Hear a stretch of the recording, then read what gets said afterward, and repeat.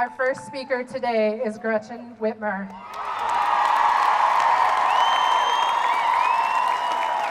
Whitmer has spent her entire career fighting for the people of Michigan. First, as the Ingham County prosecutor, then as state representative, and as the Democratic leader of the Michigan Senate. Outside of public office, Whitmer has worked as an attorney in a private practice and as an educator at both the University of Michigan and Michigan State University. In every role, Gretchen Whitmer has always been a tireless advocate for people, our way of life, and our potential. Whitmer is a proud, lifelong Michigander. She was born and raised in East Lansing and has always believed that we cannot claim to be a successful state until we are a state of successful people. She remembers a Michigan that once led the country in schools, jobs, infrastructure, and opportunity, and wants our state to show bold leadership once again. I am honored to be able to welcome here our next governor of Michigan, Gretchen Whitmer.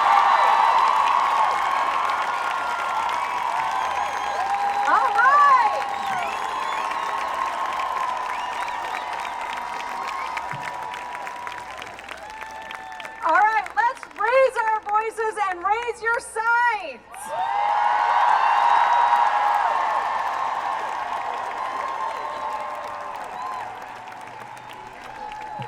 Now, because we are people who like to deal in facts, I'm going to hit you with a real quick one. The size of the rally in D.C. today is twice as big as that inauguration yesterday.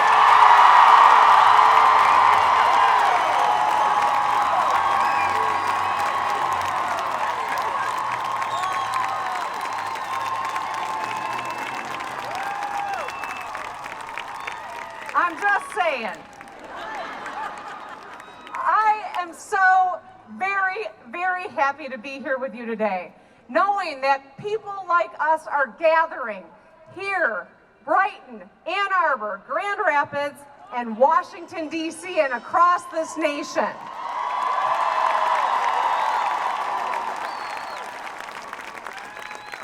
Because yesterday was tough.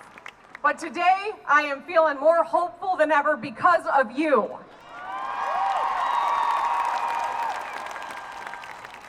We are rallying, we are marching because so many of us are worried about the climate in Washington, D.C. Many of us are really scared, and I know we're all feeling conflicted. Why are we conflicted? Well, because on one hand, we don't want to be like the U.S. Senator, the Republican, and do what he did to Barack Obama on the first day of his presidency. Despite our justifiable instincts to the contrary, we cannot root for this president to fail. I mean, I even had to remind myself. Just 6 months ago, I was sitting in Philadelphia with my daughters. Wave, children.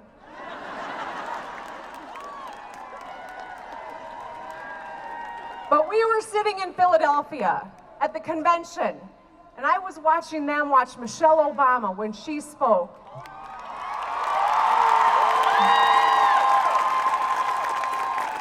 And what did she say? She said, when they go low, we go high. Now that's an easy phrase to utter when you're enjoying your time in Philadelphia and things are looking good. But it's really hard to remember right now. But it's even that much more important that we do.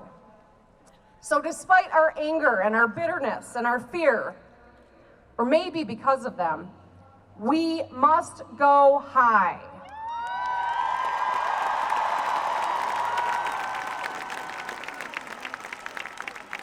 Because we know that a failing presidency usually means a failing country, and none of us is that destructive. We would call it treasonous when Senator McConnell did it to President Obama. And you know what? We were right.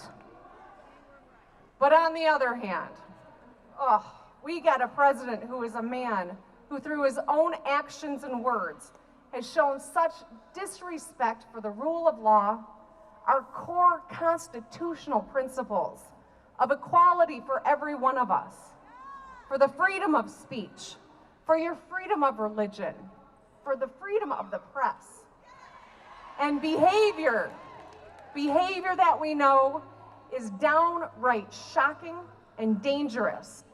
Behavior we'd never want our children to emulate.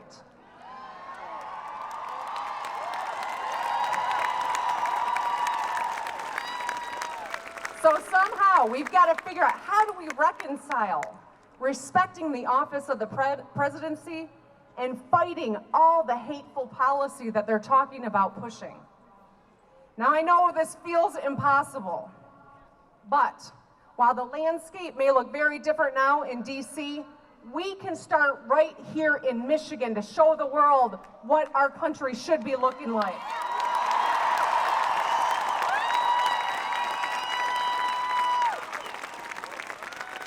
We can rise up as faithful Michiganders and show that what goes on in Washington, D.C. doesn't reflect what's going to happen here. That we can make this state a better one for all of us and our families, better than it's ever been before.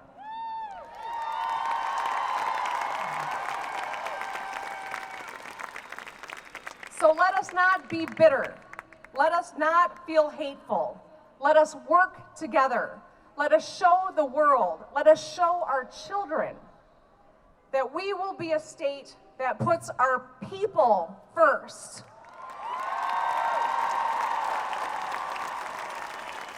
Not balance sheets and not special interests, but people, all of us.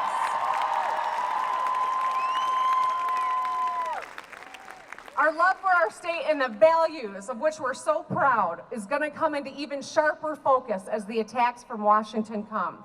And so it's got to be with resolve and Michigan grit that we can both be patriotic enough to respect the office and fight the office holder when he's wrong.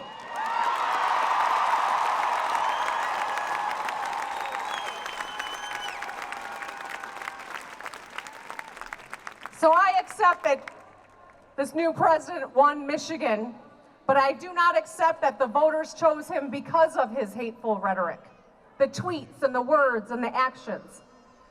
If you talk to people, I think you're going to learn, like I have, that those who voted for him in spite of that. They voted for him because they're hurting and they're suffering. And that's why it's so important that we learn from the election of 2016. If anything, maybe it's given us an opportunity to see how many people are still suffering in this country and across this state. Because in Michigan, we know that too many of us have paid the price for failed leadership.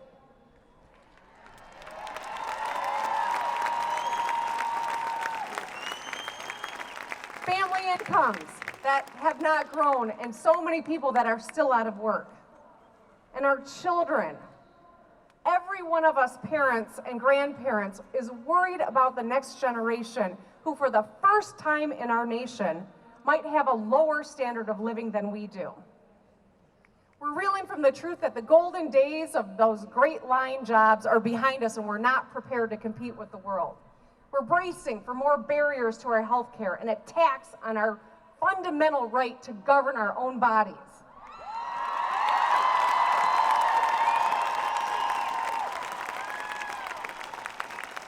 We've seen the wage gap grow and the middle class disappear, and we've witnessed the rights and freedoms of minority communities threatened by bias and racial discrimination.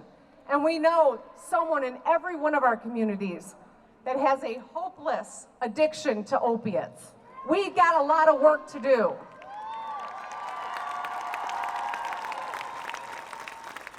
So this election has reinforced for me that we cannot take anything or anyone for granted.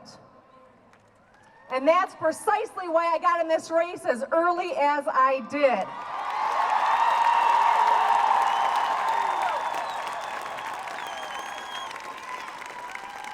I am committed to you, but I'm committed to meeting and talking to and engaging with everyone I meet on this long campaign. I am committed to seeking out people with different opinions and learning from them. I'm committed to seeking out people who voted for this new president and learning from them. Because you know what? I love this state much, much more than I disagree with someone who voted for Donald Trump.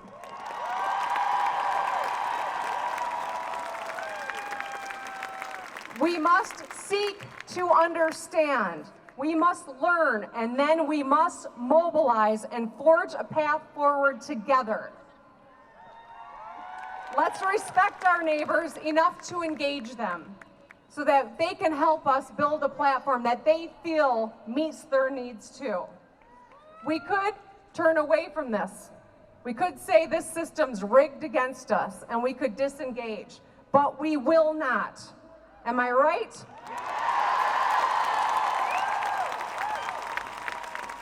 If we let frustration consume us or we disengage the trajectory of lower family incomes, kids who are not prepared, marginalized communities, and a city full of people who still cannot drink their water will be the end of our story, and that's not acceptable.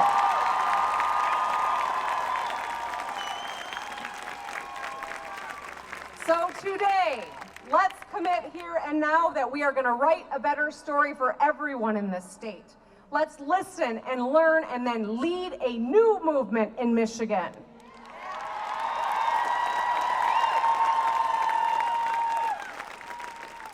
We cannot give up hope. Our president, Barack Obama, taught us that. So here's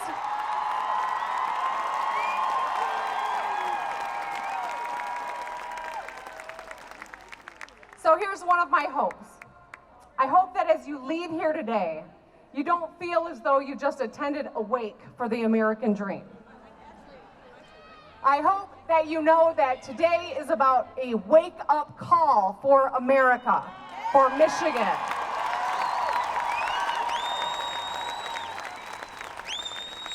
And hope is a good start, but it's got to be followed by action. So I've got 5 suggestions for actions that we can take coming out of today and every day as we go forward. Step number 1, let's make our advocacy intersectional.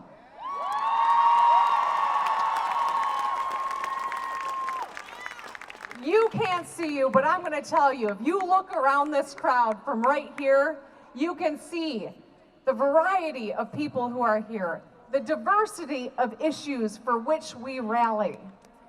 And you know what I see? Beauty.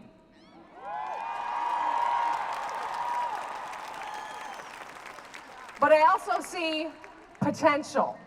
If we stick together and if we fight, we can be a force of nature no one can stop.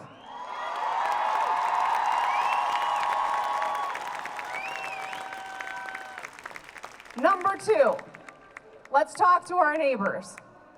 Let's seek to understand. Let's seek to forge relationships. And let's seek to persuade and build a platform that inspires everyone to vote the way we are in the next election. Number 3, weigh in. I'm going to be unveiling a platform very soon, and I want you to be a part of it. I want to reflect you, and I want your ideas. Send them to me. Email me. I will read your emails. Gretchen@GretchenWhitmer.com. Send me 3 great ideas. Number 4, get out your phones. No, really, get out your phones. I want you to text just a short message, the 2 letters MI, to the number 91990. Let's get connected and stay connected. So when I'm in your community, you can come out, we can work together on this. I'm going to repeat it. You ready? The number is 91990, and just text MI, the abbreviation for the great state of Michigan. And finally, if you can, make a contribution. I've already been attacked and tried to be intimidated by Betsy DeVos's henchmen. Yeah, that was my reaction too. But they are backed by billions. And you know what? I'd rather not have a billionaire friend, but I'd rather have a million friends in this fight with me.